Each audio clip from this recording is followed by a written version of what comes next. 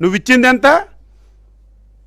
2019 నుంచి 24 వరకు సంవత్సరానికి 10,000 రూపాయలు చొప్పున 5 సంవత్సరాల్లో 531 కోట్లు తప్ప మత్స్యకారులకు నువ్వేమైనా ఇచ్చావా?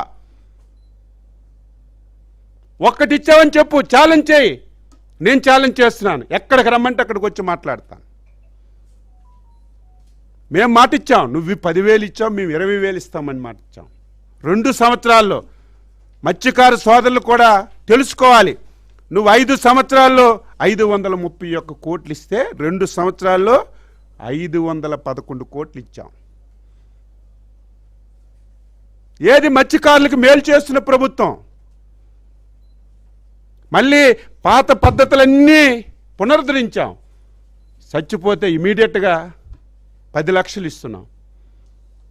మొన్ననే 200 బోట్లు, ఒక్కొక్క బోటుకి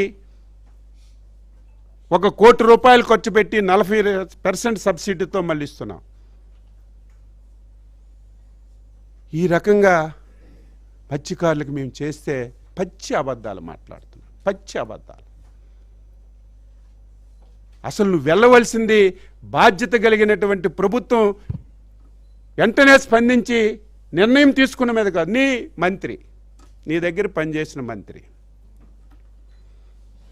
గొడ్డలపాటి నొట్టి ఎందుకు పెట్టావు? నువ్వు అంతే, నీ పార్టీ వాళ్ళు అంతే.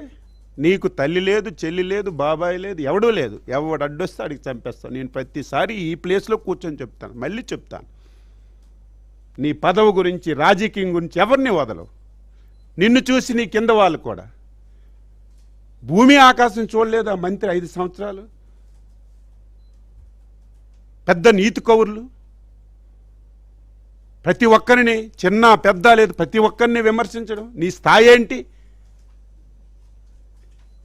మాట్లాడే ముందు ఒక పద్ధతి ఉండాలి కదా. ఏం జరిగింది? వెంటనే స్పందిస్తే 6 బతికిపోయేవాళ్ళట. ఎక్కడున్నారో తెలియదు, అందుకే స్పందించలేకపోయాం. అన్ని ప్రయత్నాలు చేశాం. చిన్న రష్యా బోటు రక్షించింది. ఏం కాదని ఎవరన్నారు? ఆయన ఈదుకొని వస్తే వెంటనే రష్యా బోటు తగిలింది, రష్యా బోట్లోకి ఎక్కాడు. ఆయన్ని ఇదిగో తెస్తున్నాం, అదిగో తెస్తున్నామని గంటలు నడిపామట.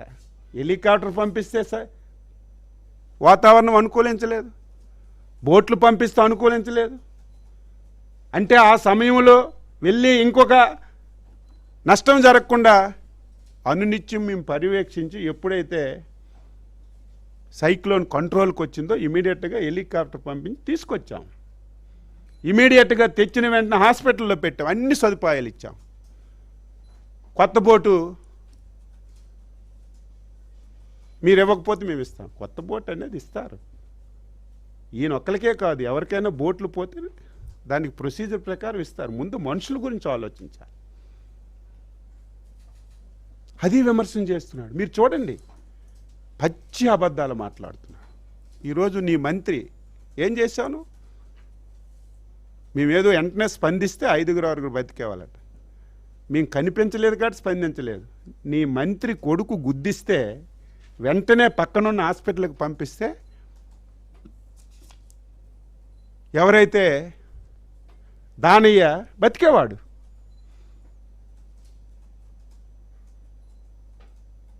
నీ మంత్రి కొడుకు బుల్లెట్తో గుద్దిన వెంటనే ఆయనకి వెంటనే పక్కనున్న హాస్పిటల్లో చేర్పిస్తే బతికేవాడు. నీ కళ్ళ ముందే చనిపోతే పట్టించుకోలేనటువంటి నువ్వు, మేము తెలిసిన వెంటనే రాత్రింబవళ్ళు కష్టపడి అందరూ హ్యాపీగా ఉన్నారు. హ్యాపీగా అంటే మనుషులు చచ్చిపోవడం కాదు, బాధ కలిగింది, ఆవేదన కలిగింది. ప్రభుత్వం స్పందించిందని ఈరోజు మత్స్యకారులు చాలా హ్యాపీగా మొన్న నా దగ్గరికి వచ్చారు. మత్స్యకార సేవ కార్యక్రమంలో ఒక 5,000 మంది పెండింగ్ ఉన్నారంటే ఇమీడియట్గా ముఖ్యమంత్రితో చెప్తే మళ్ళీ నిన్న డబ్బు ఇచ్చాం.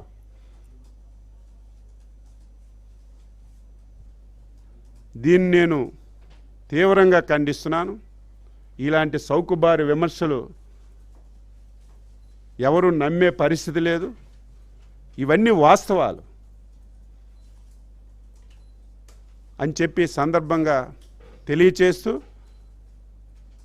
శ్రీకాకుళంలో జరిగినటువంటి సంఘటన దురదృష్టమైన సంఘటన. చాలా పేదవాడు, 3 పూటలు తినడానికి కూడా లేదు.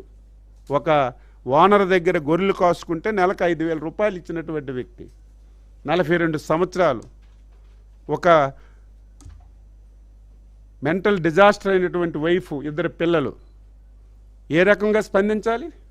నేను ఎందుకు జరిగిందని. యాక్సిడెంట్లు జరుగుతాయి, నేను అది విమర్శించదలుచుకోలేదు. ఎవరు కావాలని చేయరు, యాక్సిడెంట్ జరుగుతుంది. అందులో బాధ్యత కలిగినటువంటి రాజకీయ నాయకుడు నువ్వు. మొన్నటి వరకు మంత్రి పదవి వెలగబెట్టావు, ప్రతి ఓడి మీద విమర్శించావు. నువ్వేం చేయాలి? నీ కొడుకైనా నువ్వైనా ఎవడైనా తప్పు చేస్తే ఇమీడియట్గా పలానా విధంగా తప్పు అయింది, ఆయనకి వెళ్ళి హాస్పిటల్లో చేర్చి రక్షించాలి.